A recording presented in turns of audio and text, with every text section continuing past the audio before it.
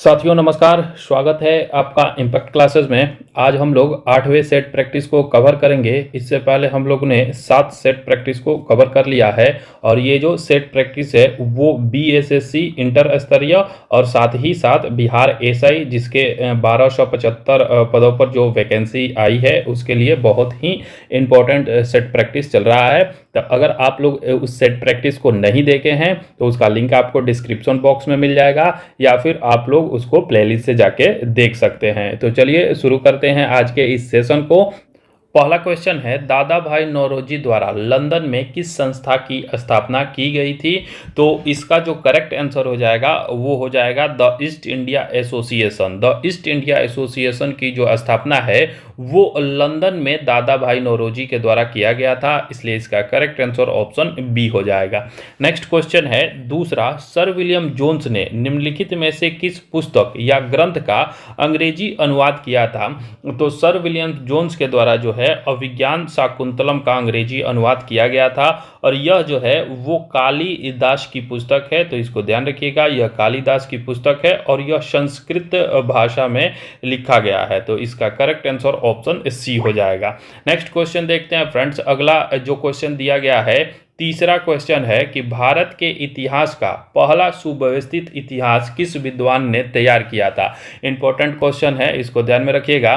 भारत का पहला सुव्यवस्थित इतिहास जो है वो विंसेंट आयर स्मिथ के द्वारा, विंसेंट आर्थर स्मिथ के द्वारा किया गया था। ऑप्शन बी जो है इसका करेक्ट आंसर हो जाएगा। इनको जो है W.A. स्मिथ के नाम से भी जाना जाता है। नेक्स्ट क्वेश्चन है चौथा, अखिल भारतीय अनुसूचित जाति महासंघ की स्थापना किसके द्वारा किया गया था? ये भी इंपॉर्टेंट क्वेश्चन है, बहुत बार एग्जाम में पूछा जाता है कि अखिल भारतीय अनुसूचित जाति महासंघ की स्थापना किसके द्वारा किया गया था? तो यह भीमराव अंबेडकर, डॉक्टर B.R. अंबेडकर के द्वारा किया गया था। ऑप्शन सी इसका करेक्ट आंसर हो जाएगा। नेक्स्ट क्वेश्चन है पांचवा, रहनुमाई मजदयासन सभा का संबंध किस धर्म सुधार से संबंधित है? तो रहनुमाई मजदयासन सभा जो है इसका संबंध पारसी धर्म से है। ऑप्शन बी जो है इसका करेक्ट आंसर हो जाएगा। नेक्स्ट क्वेश्चन है छठा, महाराष्ट्र के किस समाज सुधारक को लोक हितवादी उपनाम से जाना जाता है? तो लोक हितवादी जो है वो कहा जाता है गोपाल हरि देशमुख को। ऑप्शन बी इसका करेक्ट आंसर हो जाएगा। अगला क्वेश्चन देखते हैं फ्रेंड्स। नेक्स्ट जो क्वेश्चन है सातवां, यंग बंगाल आंदोलन का आरंभ किसने किया था? तो यंग बंगाल आंदोलन की हम लोग बात करें तो यह हेनरी विवियन डरेजियो के द्वारा इसकी शुरुआत किया गया था। ऑप्शन सी इसका करेक्ट आंसर हो जाएगा।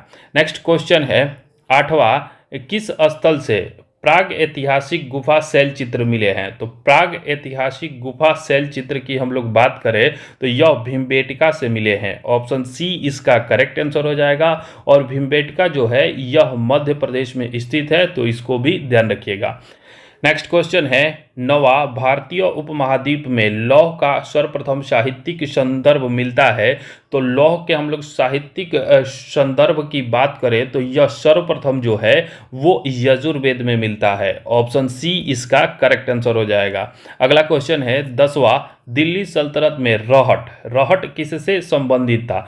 तो रहट की हम लोग बात करें तो रहट जो होता था वो सिंचाई होता था। ऑप्शन बी जो है इसका करेक्ट आंसर हो जाएगा। नेक्स्ट क्वेश्चन है 11 नंबर, सूची 1 को सूची 2 से सुमेलित कीजिए तथा सूचियों के नीचे दिए गए कूट से सही उत्तर का चयन कीजिए। एक तरफ सूची 1 में हड़प्पा स्थल दिया गया है और दूसरी तरफ सूची 2 में स्थिति दिया गया है कि कौन सा हड़प्पा स्थल कहाँ प्राप्त हुआ है। तो आइए इसको देखते हैं। ऑप्शन ए में जो दिया गया है रंगपुर, तो रंगपुर की हम लोग बात करें तो यह जो है गुजरात में स्थित है, तो ए का हो जाएगा 4। उसके बाद से कालीबंगा की हम लोग बात करें तो कालीबंगा जो है यह राजस्थान में स्थित है, तो बी का हो जाएगा 1। राखीगढ़ी की बात करें तो राखीगढ़ी जो है वो हरियाणा में स्थित है, तो सी का हो जाएगा 2। और मोहनजोदड़ो की हम लोग बात करें तो यह जो है वो सिंध में स्थित है, इसलिए डी का हो जाएगा 3। 4 1 2 3 इसका करेक्ट आंसर हो जाएगा। 4 1 2 3 जो है ऑप्शन बी में दिया है। ऑप्शन बी इसका जो है करेक्ट आंसर हो जाएगा।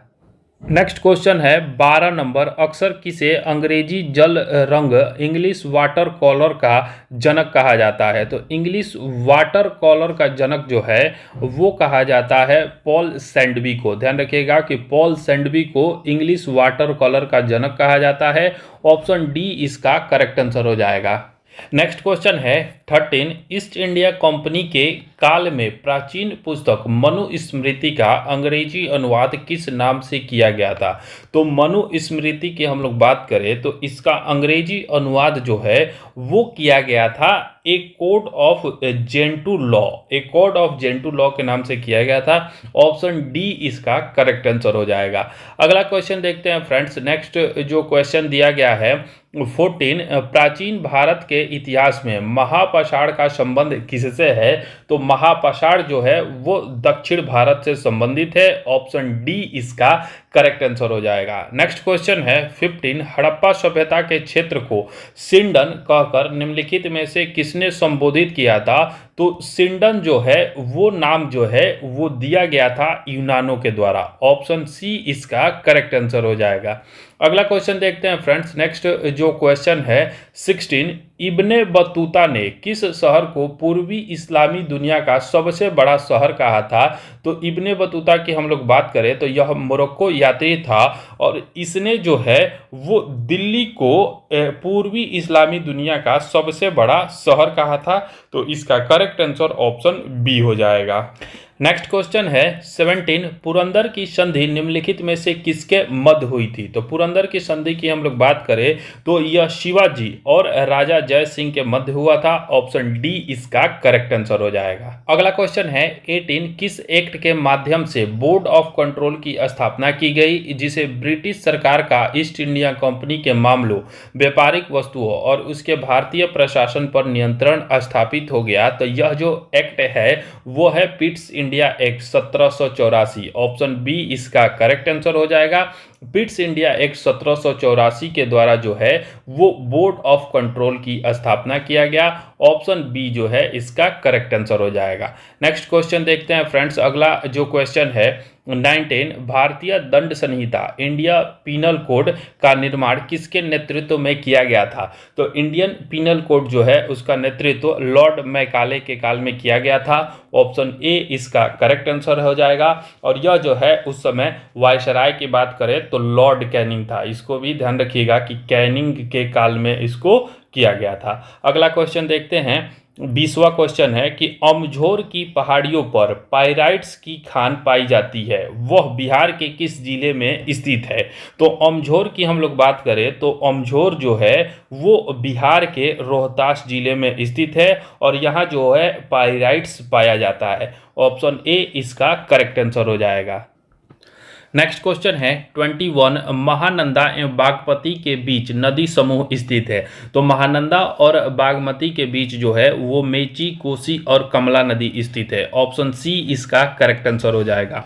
अगला क्वेश्चन है 22, ग्रीष्म ऋतु में पूर्वी भारत में चलने वाली तीव्र एवं आर्द्र हवाओं को केरल में किस नाम से जाना जाता है? इंपॉर्टेंट क्वेश्चन है, इसको ध्यान रखिएगा।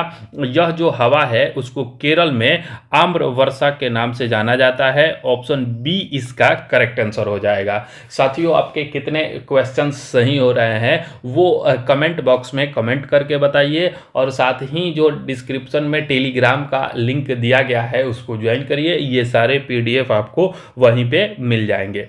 चलिए नेक्स्ट क्वेश्चन देखते हैं फ्रेंड्स। अगला जो क्वेश्चन है 23, सूची 1 को सूची 2 से सुमेलित कीजिए। एक तरफ सूची 1 दिया गया है और दूसरी तरफ सूची 2 दिया गया है। तो आइए इसको देखते हैं। सबसे पहले दे रहा है कि इडुक्की परियोजना। तो इडुक्की परियोजना की हम लोग बात करें तो यह पेरियार नदी पर है। तो ए का जो हो जाएगा वो 3 हो जाएगा। बी कह रहा है कि गांधी सागर परियोजना। तो गांधी सागर परियोजना जो है यह चंबल नदी पर स्थित है। तो बी का 4 हो जाएगा। दुलहस्ती परियोजना की हम लोग बात करें तो यह जो है वो चिनाब नदी पर स्थित है। तो सी का 1 हो जाएगा। हीराकुंड परियोजना तो आपको पता है यह महानदी पर स्थित है। डी का 2 हो जाएगा। तो ए का 3, बी का 4, सी का 1 और डी का 2। ऑप्शन ए इसका करेक्ट आंसर हो जाएगा। अगला क्वेश्चन देखते हैं फ्रेंड्स। नेक्स्ट जो क्वेश्चन दिया गया है 24 भूमध्य सागर का प्रकाश स्तंभ किस ज्वालामुखी को कहा जाता है? तो भूमध्य सागर के प्रकाश स्तंभ की हम लोग बात करें तो यह स्ट्राम्बोली ज्वालामुखी को कहा जाता है। ऑप्शन बी इसका करेक्ट आंसर हो जाएगा।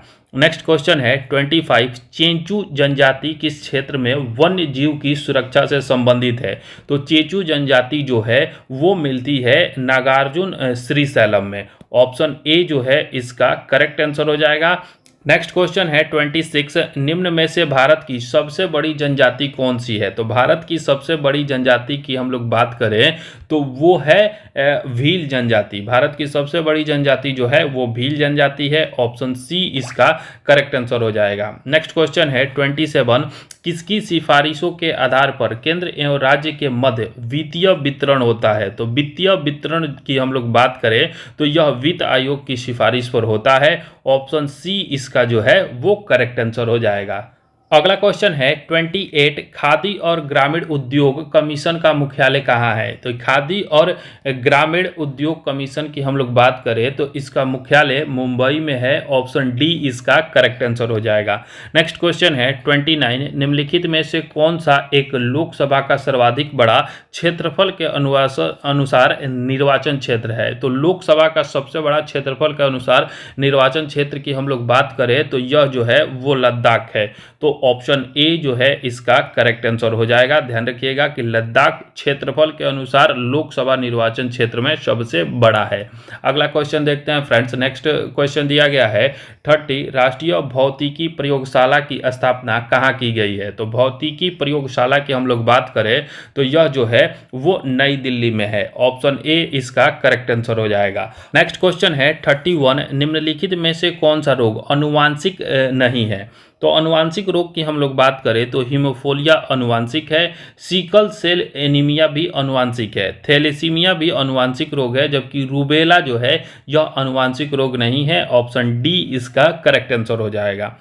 नेक्स्ट क्वेश्चन है 32 पुष्प के विभिन्न भागों में निम्नलिखित में से कौन सा सम्मिलित है? तो पुष्प के हम लोग भागों की बात करें तो बाह्यदल, पंखुड़ी, पुंकेसर और स्त्री केसर ये चारों सम्मिलित होता है, लेकिन मूलांकुर जो है इसमें सम्मिलित नहीं होता है। तो इसलिए इसका करेक्ट आंसर ऑप्शन बी हो जाएगा। अगला प्रश्न देखते हैं फ्रेंड्स। नेक्स्ट जो क्वेश्चन दिया गया है 33 किस जीव में बाह्य कंकाल तंत्र नहीं पाया जाता है? तो बाह्य कंकाल तंत्र जो है वो उभयचर में नहीं पाया जाता है। ऑप्शन ए इसका करेक्ट आंसर हो जाएगा। अगला क्वेश्चन देखते हैं फ्रेंड्स। नेक्स्ट क्वेश्चन दिया गया है 34 निम्नलिखित का मिलान कीजिए। तो आइए इसको देखते हैं। सबसे पहले दिया गया है कॉपर सल्फेट। तो कॉपर सल्फेट जो है वो कीटनाशी के रूप में प्रयोग किया जाता है। तो ए का हो जाएगा 2। उसके बाद से दिया गया है पेनिसिलिन। तो पेनिसिलिन जो है वो प्रतिजैविक यानी एंटीबायोटिक है। तो बी का जो हो जाएगा वो 4 हो जाएगा। उसके बाद से यूरिया दिया गया है। तो यूरिया जो है यह उर्वरक है। तो सी का जो हो जाएगा वो हो जाएगा 1। उसके बाद से मेलाथियान दिया गया है तो यह फंगस नाशी है। तो डी का जो हो जाएगा वो हो जाएगा 3। तो 2 4 1 3 ऑप्शन बी इसका करेक्ट आंसर हो जाएगा। अगला क्वेश्चन देखते हैं फ्रेंड्स। नेक्स्ट क्वेश्चन दिया गया है 35 पारिस्थितिकी तंत्र का कौन सा घटक जैविक और अजैविक घटकों के बीच मध्यस्थ के रूप में जाना जाता है? तो जैविक और अजैविक घटकों के बीच मध्यस्थ जो होता है वो उत्पादक होता है। ऑप्शन सी इसका करेक्ट आंसर हो जाएगा। अगला क्वेश्चन देखते हैं। नेक्स्ट क्वेश्चन है 36 मानव में ब्रिक डैश डैश द्वारा घुलनशील नाइट्रोजन यौगिक के रूप में उत्सर्जित उत्पादों को हटाया जा सकता है? तो यह जो है वो माइटोकॉन्ड्रिया के द्वारा हटाया जा सकता है। ऑप्शन बी इसका करेक्ट आंसर हो जाएगा। अगला क्वेश्चन है 37 अमोनिया गैस बनाने में हैबर विधि में उत्प्रेरक के रूप में प्रयोग किया जाता है। तो इसमें जो है वो आयरन का प्रयोग किया जाता है यानी लोहे के चूर्ण का प्रयोग किया जाता है। ऑप्शन बी इसका करेक्ट आंसर हो जाएगा। अमोनिया बनाने के हैबर विधि के अनुसार जब शुद्ध नाइट्रोजन और हाइड्रोजन के 1:3 को मिश्रण को गर्म किया जाता है तो अमोनिया बनती है। तो इसको भी ध्यान रखिएगा कि नाइट्रोजन और ऑक्सीजन के 1:3 के मिश्रण को गर्म करने पर अमोनिया गैस बनती है और इसमें जो है उत्प्रेरक के रूप में लोहे के चूर्ण या आयरन का प्रयोग किया जाता है। ऑप्शन बी इसका करेक्ट आंसर हो जाएगा। अगला क्वेश्चन है 38, आवर्त सारणी में कौन सा तत्व सर्वाधिक यौगिक बनाता है? तो आवर्त सारणी की हम लोग बात करें तो इसमें कार्बन जो है वो सर्वाधिक यौगिक बनाता है। ऑप्शन डी इसका करेक्ट आंसर हो जाएगा। नेक्स्ट क्वेश्चन देखते हैं फ्रेंड्स। अगला जो क्वेश्चन दिया गया है 39, मनुष्य के शरीर में पसलियों की संख्या कितनी होती है? तो मनुष्य के शरीर में 24 पसलियां होती है। पसलियों की हम लोग बात करें तो यह 12 दोनों तरफ होती है और स्टर्नम, ध्यान रखिएगा कि स्टर्नम के माध्यम से यह जुड़ी होती है। तो ऑप्शन डी इसका करेक्ट आंसर हो जाएगा। अगला क्वेश्चन है 40, निम्नलिखित में से कौन सी एक ऊष्मा की इकाई नहीं है? तो ऊष्मा की इकाई की हम लोग बात करें तो किलो कैलोरी है और ये जो है किलो जूल जो है ये ऊष्मा की इकाई नहीं है। वाट भी ऊष्मा की इकाई है, तो इसलिए इसका करेक्ट आंसर ऑप्शन सी हो जाएगा। नेक्स्ट क्वेश्चन देखते हैं फ्रेंड्स। अगला क्वेश्चन दिया गया है 41, चिपको आंदोलन का कर्नाटक में दूसरा नाम क्या है? तो चिपको आंदोलन जो है उसको कर्नाटक में अपिको चालुवाली के नाम से जाना जाता है। ऑप्शन बी इसका करेक्ट आंसर हो जाएगा। नेक्स्ट क्वेश्चन है 42, रेड डाटा बुक किससे संबंधित है? तो रेड डाटा बुक जो है वो IUCN के द्वारा जारी किया जाता है और इसका संबंध जो है वो है लुप्तप्राय प्रजाति की जानकारी से। ऑप्शन सी इसका करेक्ट आंसर हो जाएगा। IUCN के मुख्यालय की हम लोग बात करें तो यह स्विट्जरलैंड में स्थित है, तो इसको भी ध्यान रखिएगा कि इसका मुख्यालय स्विट्जरलैंड में स्थित है। नेक्स्ट क्वेश्चन है 43, पारिस्थितिकी तंत्र में ऊर्जा का मुख्य स्रोत क्या होता है? तो पारिस्थितिकी तंत्र की हम लोग बात करें तो ऊर्जा का मुख्य स्रोत सूर्य का प्रकाश होता है। ऑप्शन बी इसका करेक्ट आंसर हो जाएगा। नेक्स्ट क्वेश्चन है 44, निम्नलिखित में से कौन पॉलीमर नहीं है? तो इसका जो करेक्ट आंसर हो जाएगा ऑप्शन बी, कैप्रोलैक्टोन जो है यह पॉलीमर नहीं है। बाकी नायलॉन, टेफ्लॉन और पॉलीस्टाइरीन जो है ये पॉलीमर है। ऑप्शन बी इसका करेक्ट आंसर हो जाएगा। अगला प्रश्न है 45, वायु में ध्वनि की चाल की अपेक्षा स्टील में ध्वनि की चाल क्या होगी? तो वायु से ज़्यादा जो है स्टील में होगी, तो इसलिए इसका करेक्ट आंसर हो जाएगा ऑप्शन डी, 15 गुना होगी। ऑप्शन डी इसका करेक्ट आंसर हो जाएगा। अगला प्रश्न है 46, यांत्रिक ऊर्जा का संबंध वस्तु के गति और स्थिति से होता है। ऑप्शन बी इसका करेक्ट आंसर हो जाएगा।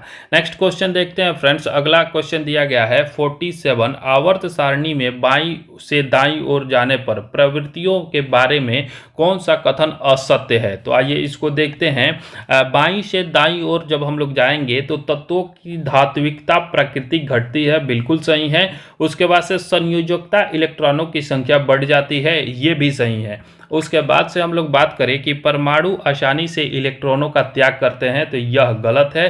परमाणु आसानी से इलेक्ट्रॉनों का त्याग नहीं करते हैं। इनके ऑक्साइड अधिक अम्लीय हो जाते हैं, तो ये भी बिल्कुल सही है। इसमें असत्य कथन जो है ऑप्शन सी इसका करेक्ट आंसर हो जाएगा। नेक्स्ट क्वेश्चन है 48, निम्नलिखित योजनाओं और कार्यक्रमों का मेल कीजिए। एक तरफ योजना दिया गया है और दूसरे तरफ कार्यक्रम दिया गया है, तो आइए इसको देखते हैं। सबसे पहले जो दिया गया है प्रथम योजना, तो प्रथम योजना के तहत जो है वो किया गया था सामुदायिक विकास का प्रयास किया गया था, तो ए का जो हो जाएगा वो हो जाएगा 2। उसके बाद से हम लोग बात करें द्वितीय योजना, तो द्वितीय योजना के तहत जो है वो किया गया था तीव्र औद्योगिकरण किया गया था, तो बी का हो जाएगा 1। उसके बाद से हम लोग बात करें तृतीय योजना की, तो तृतीय योजना के तहत जो है वो आधारभूत उद्योग की विकास किया गया था, तो यह जो हो जाएगा सी का 3 हो जाएगा। चतुर्थ योजना की हम लोग बात करें तो चतुर्थ योजना जो है वो न्यूनतम आवश्यक कार्यक्रम के तहत किया गया था, तो डी जो है डी का हो जाएगा 4। पंचम योजना जो है वो स्वावलंबन और स्थिरता के लिए किया गया था, तो इसका जो हो जाएगा ई का हो जाएगा 5। इसलिए इसका करेक्ट आंसर हो जाएगा ऑप्शन सी, 2, 1, 3, 4, 5। ऑप्शन सी इसका करेक्ट आंसर हो जाएगा। अगला क्वेश्चन है 49, भूतपूर्व सांसद सदस्यों के लिए पेंशन व्यवस्था कब से लागू की गई है? तो यह जो व्यवस्था है 1976 से लागू किया गया। ऑप्शन बी इसका करेक्ट आंसर हो जाएगा। अगला और आखिरी क्वेश्चन है 50, कारगिल स्मृति दिवस कब मनाया जाता है? तो यह जो है 26 जुलाई को कारगिल विजय दिवस के रूप में या स्मृति दिवस के रूप में मनाया जाता है। ऑप्शन बी इसका करेक्ट आंसर हो जाएगा। तो साथियों, यहाँ जो 50 इंपॉर्टेंट क्वेश्चन है वो समाप्त हुए। तो हमारे चैनल इम्पैक्ट क्लासेस को लाइक करिए, शेयर करिए और सब्सक्राइब करिए। डिस्क्रिप्शन में टेलीग्राम ग्रुप का लिंक दिया गया है, उसको ज्वाइन करिए ताकि जो PDF है वो टेलीग्राम ग्रुप पर भेज दिया जाता है, तो वहाँ से आप लोग डाउनलोड कर सके। चलिए, धन्यवाद, थैंक यू।